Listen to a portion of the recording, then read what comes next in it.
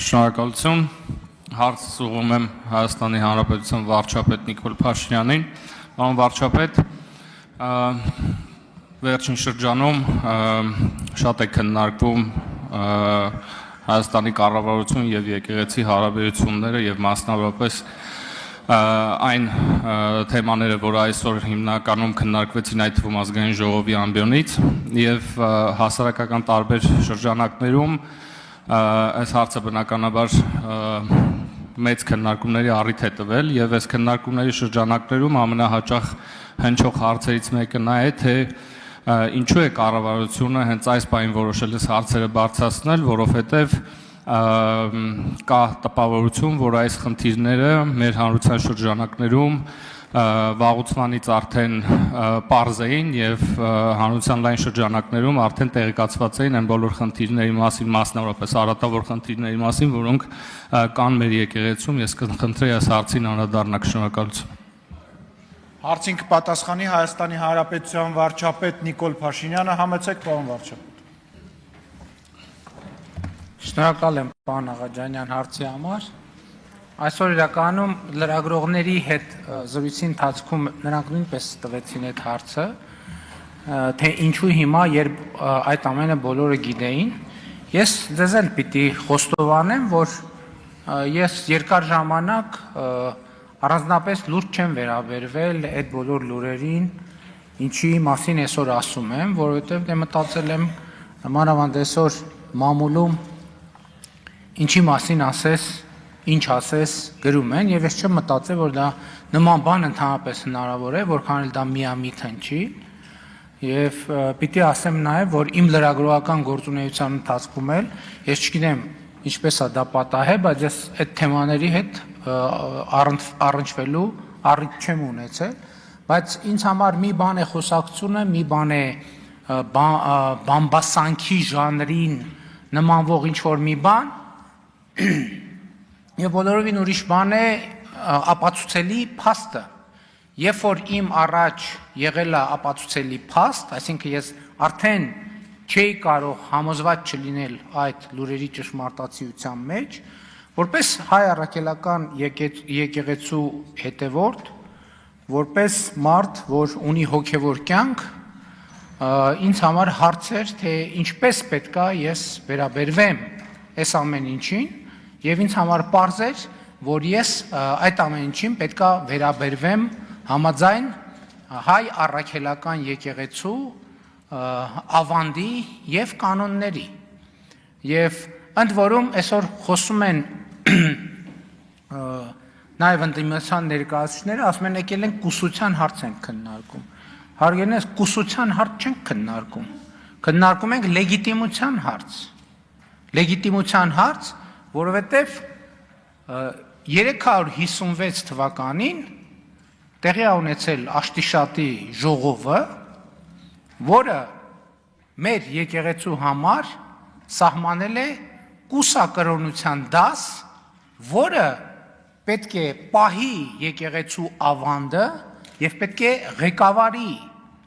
եկեղեցին։ Ընդ որում հիմա կուսակրոն քահանաները իրենք ունեն վերադաս աստիճան ամուսնացյալ քահանաների նկատմամբ։ Հիմա ամուսնացյալ քահանաները ամուսնացած մարդիկ են եւ այսինքն ոչ մի վերապահում նրանց չկա, որովհետեւ իրենք իրենց ուխտը չեն խախտել։ Բայց այստեղ հարցը հետեւյալն է, եթե նրանք մի մասը դե ֆակտո ամուսնացած է եւ այլն եւ կուսակրոնության բերումով ղեկավարում է ամուսնացյալ քահանաներին, բա ինչի է ղեկավարում։ Ընդհակառակը ամուսնացյալ քահանաները այս համատեքստում եւ հոգեվոր եւ բարոյական առումով շատ ավելի բարձր են, որովհետեւ նրանք իրենց հոգեվոր ուխտը չեն խախտել,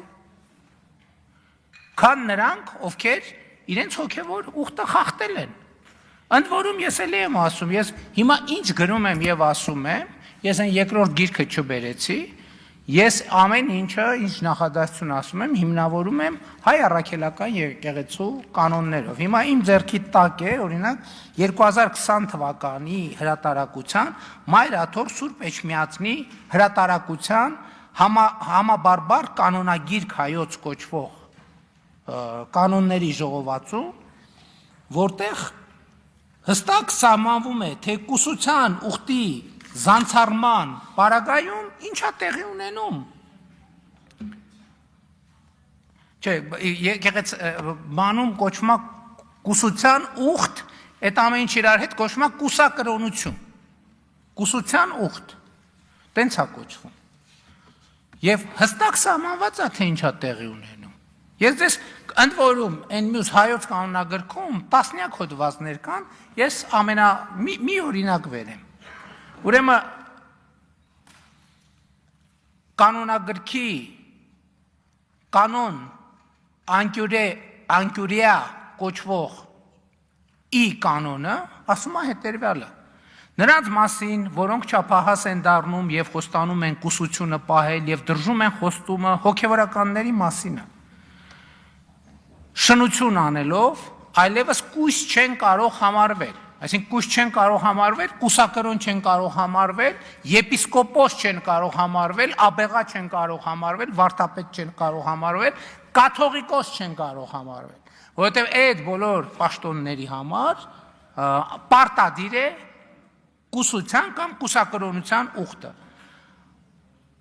Այլևս կույս չեն կարող համարվել, այլ նրանց նման կլինեն, որոնք երկու կին ունեն։ Եվ նրանց համար սահմանվելու է 2 տարի ապաշխարություն եկեղեցուց դուրս, այսինքն նրանք պետք է դուրս մղվեն եկեղեցուց։ Եվ մտնելով եկեղեցի 1 տարի ապաշխարողների հետ լինեն, տեսնել ապաշխարության ջերմությունը եւ հաղորդ լինել օրենքներին, բայց քահանայության օծմանը չպետք է մերձենան։ Այսինքն քահանայական գործունեությունը արգելված է նրանց իրականացնել։ Ինչպես այն կույսերը, որ մերձենում էին ոմանց որպես քույրեր, ցարթան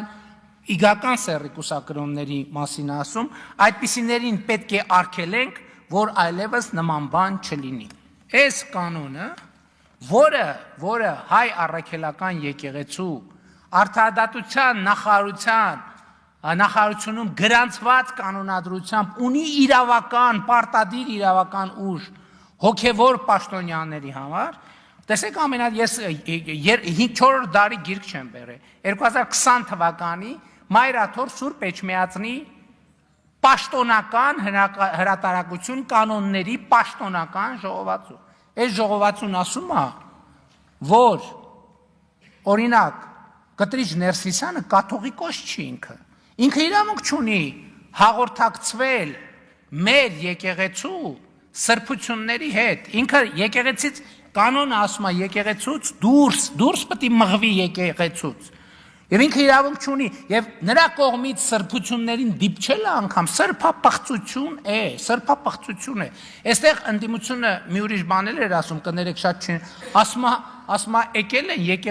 եկեղեցու ներքին գործերին խառնվում են, Ժորժ ջան, այդ մեր եկեղեցին է, ո՞նց ենք մենք մեր եկեղեցու ներքին գործերին խառնվում։ Այդ մեր եկեղեցին է, այս մեր ուխտն է, այս մեր ավանդույթն է, եւ կոնկրետ Կտրիչ Ներսիսյանը եկեղեցու իրավական պարտադիր ուժ ունեցող օրենքի համաձայն ինքը եկեղեցուց դուրս է, արձագանքեք։ Համեցեք արձագանք։ Շնորհակալություն պարոն վարչապետ, եւս մեկ հարց, մեր ընդդիմախոսները հաճախ այս քայլերը եւ այս հարցադրումները կապում են եկեղեցու քաղաքականությամբ զբաղվելու համատեքստում իրենց բնորոշմամբ ռեպրեսիաների, կառավարության կողմից իրականացված ռեպրեսիաների տեսքով եւ ես անկեղծորեն նաեւ ինքս կուզեի այդ համատեքստում մեր կողմից այդ հարցը բարձրացնել, իսկ ընդհանրապես արդյոք եկեղեցին իրավունք ունի ծավալել այն գործունեությունը, որը վերջին 1 եւ ավելի տարիների ընթացքում ծավալում է եւ մանավանդ այն համատեքստում, երբ մեզ մեղադրում են հակասահմանադրական ընդհուպ գործունեության մեջ, կուզեի անդրադառնալ եկեղեցի կառավարություն հարաբերություններին այս համատեքստում, այսինքն կառավարությունը մտնում է եկեղեցու ներքին գործերի մեջ եւ հակառակը եկեղեցին մտնում է քաղաքականության մեջ։ Պարոն Աղաջանյան, տեսեք, եկեղեցին քաղաքականությամբ զբաղվում էր 2020 թվականին։ Եկեղեցին քաղաքականությամբ զբաղվում էր 2021 թվականին։ Եկեղեցին քաղաքականությամբ զբաղվում էր 2022 թվականին։ Եկեղեցին քաղաքականությամբ զբաղվում էր 2023 թվականին։ Եկեղեցին քաղաքականությամբ զբաղվում էր 2024 թվականին։ Այդ հարցերի մասին ես խոսել եմ։ Չեմ խոսել։ Ինչի՞ եմ հիմա խոսում։ Որովհետև հիմա ես առերեսված եմ փաստի հետ, որպես հայ առաքելական եկեղեցու հետևորդ եւ այո, նաեւ որպես վարչապետ, որովհետեւ չեմ կարող կիսել այդ երկու իմ բնությունները, առերեսվել եմ փաստի հետ, որ մեր սրբության սրբոցում տեղի ունենում պղծություն։ Հասկանում եք, ես տեղի իմ ոչ միայն իմ, բայց այդ թվում նաեւ իմ սրբության սրբոցում տեղի ունենում պղծություն։ Ես գիտեք, ես հոգևոր զգացմունքներ ունեցող մարդ եմ եւ դա երբեք չեմ էլ թաքցրել։